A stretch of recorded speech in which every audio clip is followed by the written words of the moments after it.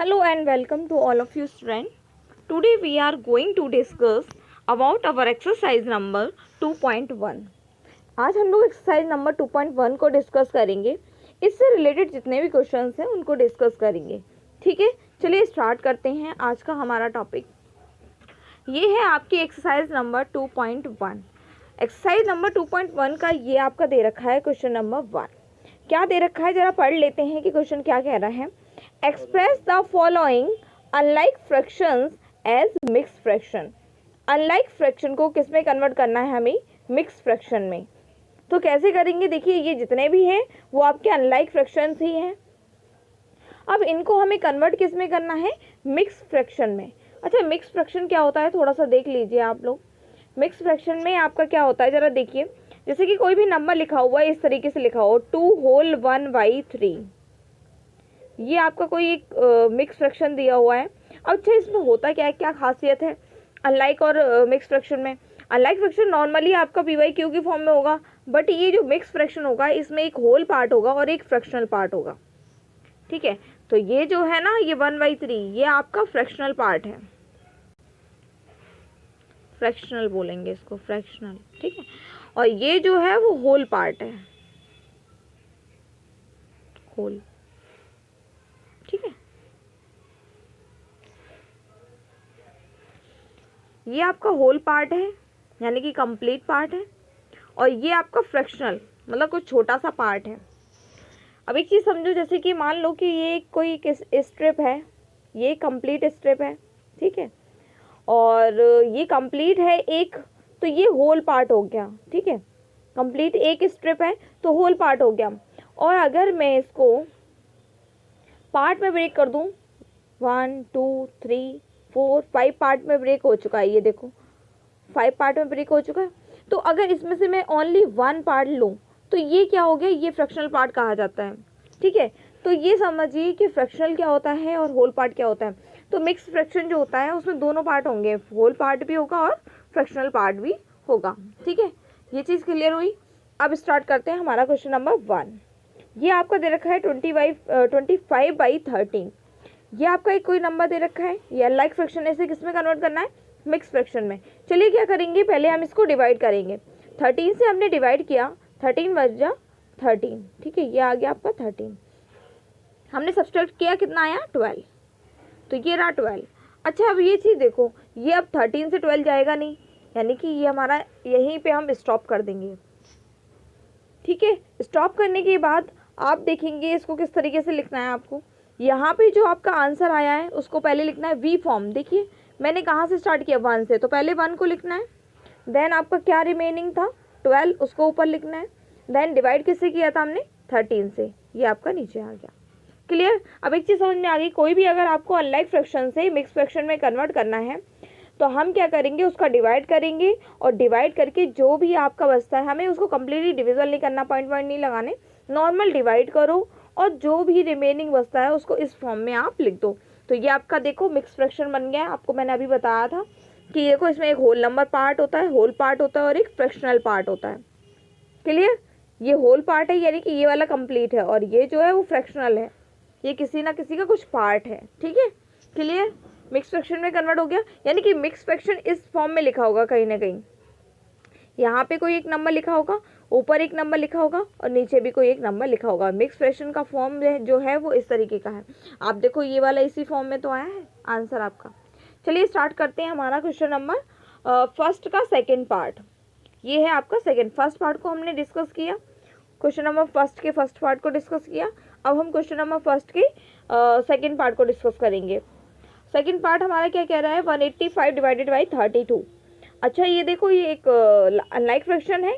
अब इसको किस में कन्वर्ट करना है हमें? मिक्स फ्रैक्शन में. मैंने क्या तरीका बताया था? सबसे पहले डिवाइड करो और जो भी आंसर आता है उसको इस फॉर्म में लिख दो. ठीक है, हमने इसको डिवाइड किया. 32 मतलब ये देखो ये कम्प्लीटली जितना डिविजल हो रहा है, देखो 5 टाइम्स 32, 5 जो होता है 160, तो ये कम्प्लीटली डिविजल हुआ 5 टाइम्स. बट 25, अब ये रिमेनिंग कितना बचा? 25. रिमेनिंग कितना बचा? 25. ये तो कम्प्लीटली डिविजल नहीं होगा इससे, 32 से 25 अब डिविजल नहीं होगा, तो इसको वहीं छोड़ दो. ठीक है, तो ये कुछ ना कुछ पार्ट बचा है तो उसको लिख लो। 5 जो है आपका एक होल नंबर है और बचा हुआ पार्ट जो है वो क्या है, फ्रैक्शनल पार्ट है। मैं तरीका बताया था 5 होल, यहाँ से स्टार्ट करेंगे 5 होल 25/32, वही लिखा है मैंने, 5 होल 25/32, ये आपका आंसर आ गया मिक्स फ्रैक्शन में। ठीक है, क्लियर। चलिए स्टार्ट करते हैं अब हमारा नेक्स्ट। इसके अदर पार्ट्स को भी आपको इसी प्रकार करना है। ये जो सी दे रखा है और डी दे रखा है, इसमें भी आपको क्या करना है, नॉर्मली डिवाइड करेंगे और इसी वी फॉर्म में आपको लिख देना है, और इसको भी डिवाइड करना है, उसको उसी तरीके से लिख देना है। ठीक है, सेम है, कोई डिफरेंस नहीं है। और फिर भी कोई प्रॉब्लम आती है तो आप कमेंट बॉक्स में डाल सकते हैं अपना क्वेश्चन। ठीक है, चलिए स्टार्ट करते हैं नेक्स्ट हमारा क्वेश्चन नंबर 2। फर्स्ट हमने डिस्कस कर लिया, अब हम डिस्कस कर रहे हैं क्वेश्चन नंबर 2। क्वेश्चन नंबर 2 क्या कह रहा है, क्या पूछ रहा है, जरा देख लेते हैं। Express the following mix fractions as a improper fraction. हमें क्या करना है, मिक्स फ्रैक्शन को, अभी मैंने बताया था देखो मिक्स फ्रैक्शन था ना ये, तो अभी मैंने बताया था इस फॉर्म में लिखा होता है, होल नंबर पार्ट होता है और उसमें कुछ फ्रैक्शनल पार्ट भी होता है, वही चीज़ दे रखी है देखो सभी में, ये सभी क्या है, मिक्स फ्रैक्शन है। और मिक्स फ्रैक्शन को हमें किस में कन्वर्ट करना है, इम्प्रॉपर फ्रैक्शन में। अब जस्ट हमें अपोजिट उल्टा करना है, जैसा कि अभी हमने क्या किया था, इम्प्रॉपर फ्रैक्शन को या अनलाइक फ्रैक्शन को हमने किस में कन्वर्ट किया था, मिक्स फ्रैक्शन में कन्वर्ट किया था, और अब हम मिक्स से इम्प्रॉपर फ्रैक्शन में कन्वर्ट कर रहे हैं। ठीक है, चलिए देखते हैं क्या करना है। यहाँ पे आपका दे रखा है पहला पार्ट 7 होल 2/3। अब इसको सॉल्व करने के लिए ध्यान रखिए स्टेप हमारा किस तरीके से चलेगा वो ध्यान रखना। यहाँ जो 7 है और 3 है, इसके इन दोनों के बीच में होता है मल्टीप्लाई का साइन, और यहाँ 7 और 2 है, इनके बीच में होता है प्लस का साइन। ठीक है, ध्यान रखिएगा, ये दोनों के बीच में जो होगा वो मल्टीप्लाई का साइन होगा, और यहाँ जो साइन होगा वो प्लस का साइन है। ठीक है, तो कैसे सॉल्व करेंगे जरा देखिए। यहाँ देखो 7 मल्टीप्लाई 3, उसको पहले लिख लिया, उसके बाद प्लस का साइन है, उसको राइट डाउन किया, देन क्या है 2, हमने नोट कर लिया। आपको पता है कि जब भी हम इसको सॉल्व करते हैं तो बोर्ड मास रूल आपको पता है, सबसे पहले मल्टीप्लाई करेंगे, तो पहले हमने 7 3 जा 21 मल्टीप्लाई किया, देन हमने 2 को ऐड किया, 2 को ऐड किया तो ये कितना हो गया 23/3। ठीक है, कैसे हुआ, 7 3 जा 21 और ये आ गया आपका 21, और इसमें हमें कितना ऐड करना है 2 को, तो 21 और 2 कितना हो जाएगा 23, और डिवाइड में आपका कितना है 3, ये आपका किस में कन्वर्ट होगा, इम्प्रॉपर फ्रैक्शन में। बताओ कोई कन्फ्यूज़न। ठीक है, कोई कन्फ्यूज़न नहीं होगी आई थिंक। चलिए यहाँ देखते हैं सेकंड पार्ट, इसी का सेकंड पार्ट ये देखो ये दे रखा है, सेकंड पार्ट को डिस्कस कर लेते हैं। सेम वही तरीका मैंने बताया ना, 14 और 7 के बीच बिटवीन में कौन सा साइन रहेगा आपका, मल्टीप्लाई का, और 14 और 1 के बिटवीन में कौन सा साइन रहेगा आपका, प्लस का साइन। तो पहले हम क्या करेंगे, हमने बिल्कुल राइट डाउन कर लेना है 14 × 7 + 1, तो ये क्या हो गया 14 × 7 + 1 डिवाइडेड बाई कितना है आपका 7, तो वैसे ही लिख लो, डिवाइड में 7 है तो वैसे ही लिख लो। 14 7 से कितना हुआ 98।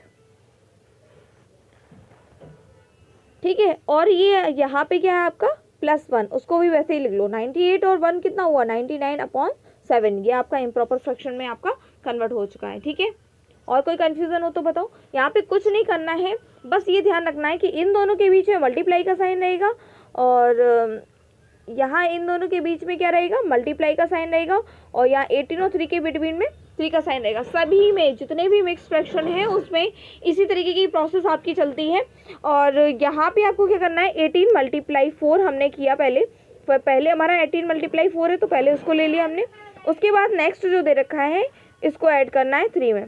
ठीक है, हमने 18 × 4 + 3 किया, तो यहाँ पे क्या हो जाएगा 18 4 जा कितना हो गया 72, और हमें कितना ऐड करना है 3 ऐड करना है, हमने 3 को ऐड किया।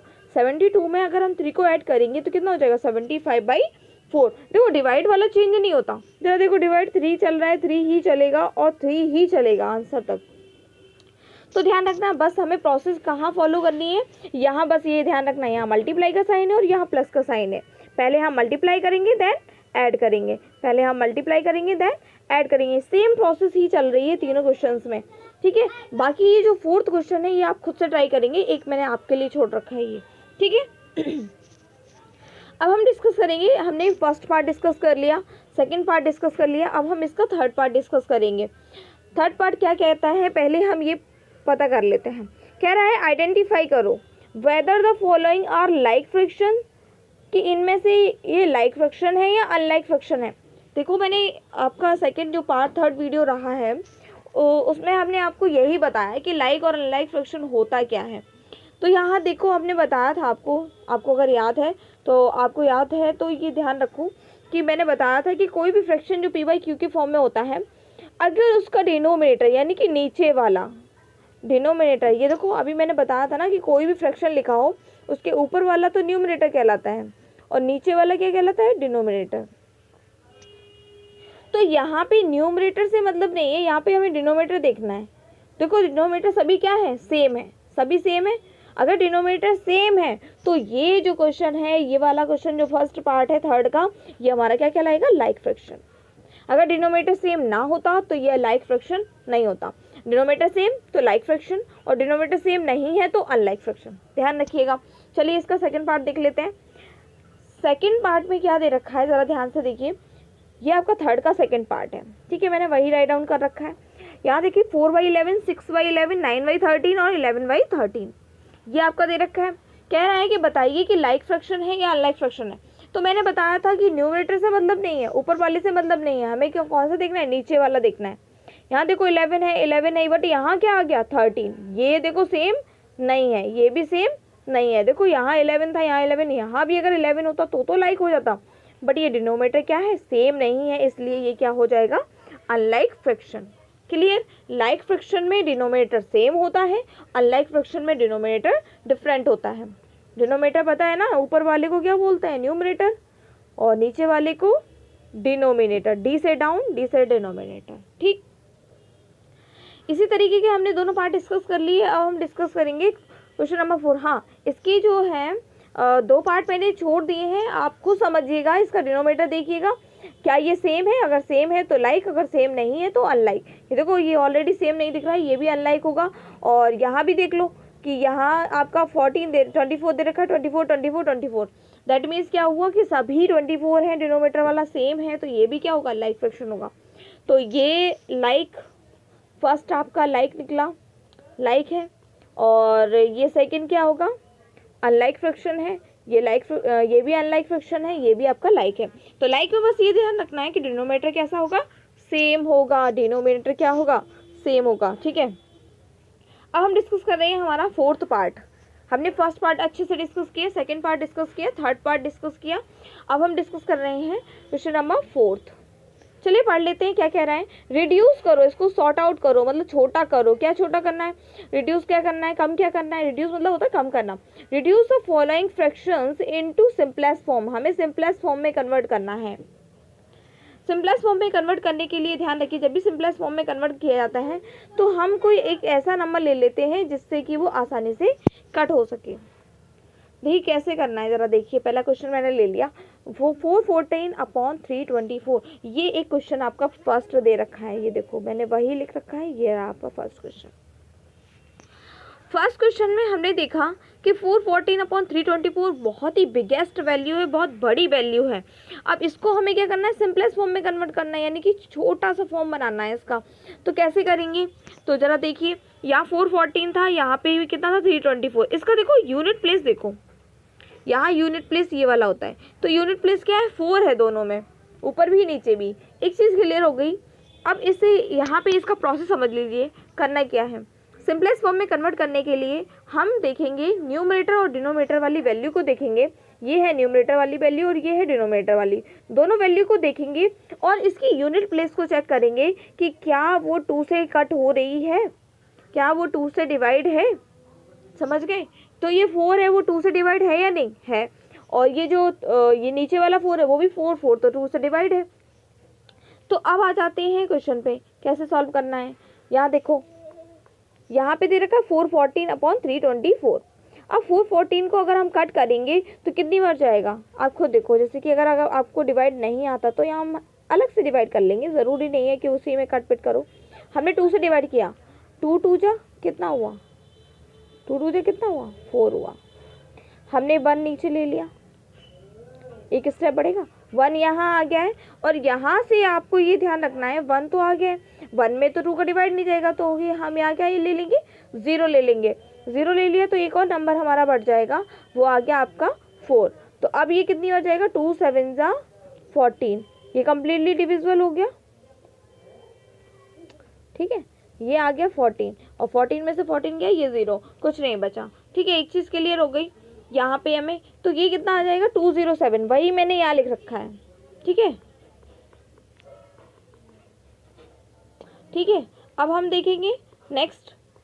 जैसे कि अब हमने नीचे वाले को कैसे किया, अगर 2 से अगर हमने ऊपर वाले को डिवाइड किया है तो नीचे वाले को भी हमें 2 से ही डिवाइड करना है। सबसे इम्पॉर्टेंट बात यही है, तो इसको थोड़ा सा ध्यान रखिएगा। अगर हमने 2 से अब हमें डिवाइड करना है किसमें, 324 में, 324 में हमने डिवाइड किया। 2 बन जा कितना हुआ 2, कितना बचा 1 और ये रहा 2। ठीक है, ये हमने ले लिया। अब कितनी बार जाएगा, 2 6 जा 12, ये तो कम्प्लीटली डिविजिबल हो गया। अब क्या आ जाएगा 4, ये आ जाएगा 4 नीचे। तो अब ये 2 2 जा कितना हो जाएगा 4, ये भी कम्प्लीटली क्या हो गया, डिविजिबल हो गया।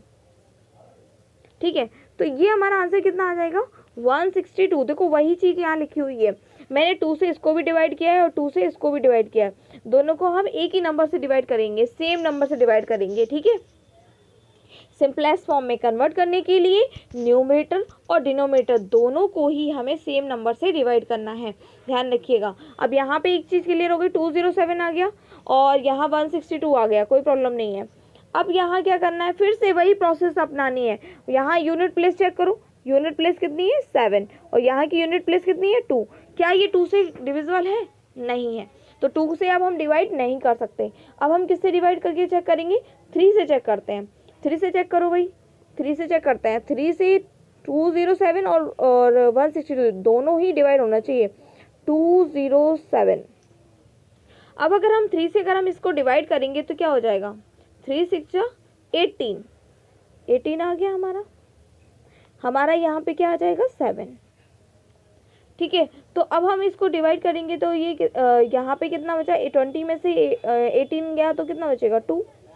तो अब क्या आएगा 3 9 जा 27, ये तो कम्प्लीटली डिविजिबल हो गया, यानी कि ये 3 से डिविजिबल हो जाएगा। ये तो हमने चेक कर लिया। 162 को भी हमें चेक करना है, 162 क्या ये डिविजिबल हो रहा है, 162 को। अब हम इसको भी 3 से ही चेक करेंगे, क्योंकि ऊपर वाले को हमने 3 से डिवाइड किया है तो नीचे वाले को 3 से ही डिवाइड करना है, ध्यान रखना। 3 5 जा कितना है 15, यहाँ कितना बचा 1 और ये है 2, ये आपका 2 आ गया नीचे। तो यहाँ कितना हो जाएगा 3 4 जा 12, ये भी कम्प्लीटली डिविजिबल है। वेरी गुड, बहुत बढ़िया।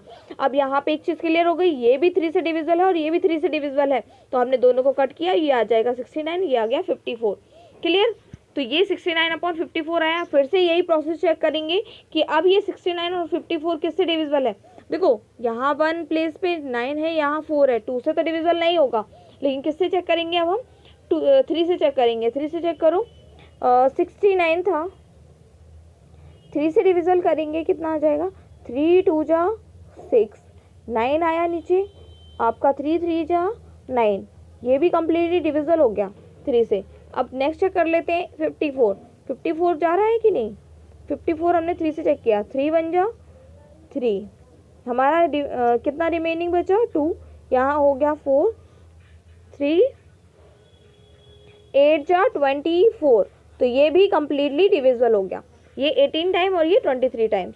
देखिए वही चीज़ तो मैंने लिखी है, ये 23 टाइम्स और ये है आपका 18 टाइम्स। ठीक है, दोनों मैंने लिख लिया 23/18। अब आप ही इसको देखिए, ये जो नंबर है ना ये 2 से डिविजिबल है ना ही 3 से डिविजिबल है, यानी कि अब इस नंबर को और ज़्यादा सिंपलेस्ट फॉर्म में हम नहीं कर सकते। अगर हम और सिंपलेस्ट फॉर्म में नहीं कर सकते तो यही हमारा क्या हो जाएगा, सिंपलेस्ट फॉर्म। तो इसका रूल थोड़ा ठीक से समझ लीजिए कि कोई भी आपका एक फ्रैक्शन दे रखा हो तो हमें करना क्या है, हमें न्यूमरेटर को और डिनोमिनेटर को दोनों को ही सेम नंबर से डिवाइड करना है।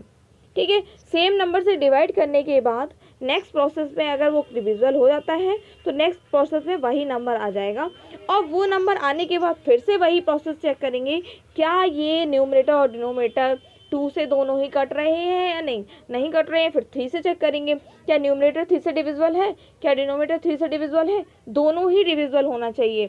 ध्यान रखिएगा, ये दोनों ही क्वेश्चन आपके, मैंने एक क्वेश्चन आपको अच्छे समझा दिया है, वैसे ही आपका बी है वैसे ही आपका सी है। अगर आपको कोई प्रॉब्लम है चलिए एक और डिस्कस कर लेते हैं।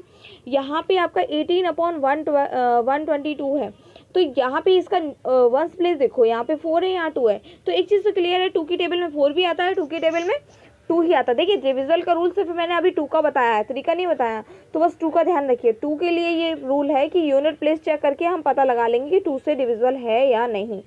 ठीक है, तो दोनों ही 2 से डिविजल हैं, तो दोनों ही 2 से डिविजल हो जाएंगे। तो चलिए कर लेते हैं।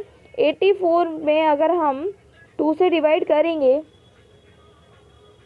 2 4 जा 8, यहाँ पे 8 आ गया आपका, और यहाँ पे आपका 4 आ गया है।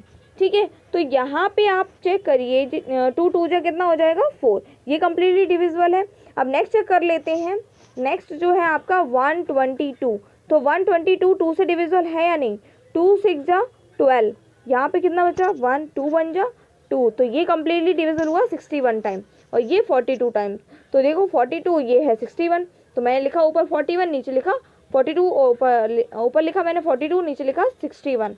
तो 42 और 61 अब ना ही ये 2 से कट रहा है, या ना ही 3 से कट रहा है, ना ही आगे की डिजिट से कट रहा है, क्योंकि ये जो है आपका एक और नंबर है, किसी से नहीं कटने वाला। ठीक है, तो अब आपको एक चीज़ क्लियर हो गई कि इवन और ऑड, जैसे आप देख सकते हो लास्ट में डिजिट देखेंगे, वंस प्लेस देखेंगे कि 2 से डिविजल है या नहीं, 2 से डिविजल है तो 2 से कट करेंगे, अदरवाइज नहीं। ठीक है, ये आपको अच्छे से क्लियर हो गया। अब हम ये आपके आज हम 4 क्वेश्चन तक कंप्लीट करा दिए हैं, और आपको इन सभी क्वेश्चंस को अच्छे से करना है, और फिर भी कोई डाउट रहता है तो आप पूछ सकते हैं। चलिए अब बाकी क्वेश्चंस हैं जो बच गए हैं, 1 2 क्वेश्चन, वो आपको खुद से ट्राई करने हैं। ठीक है, remaining questions you will try yourself. Okay, thank you so much students.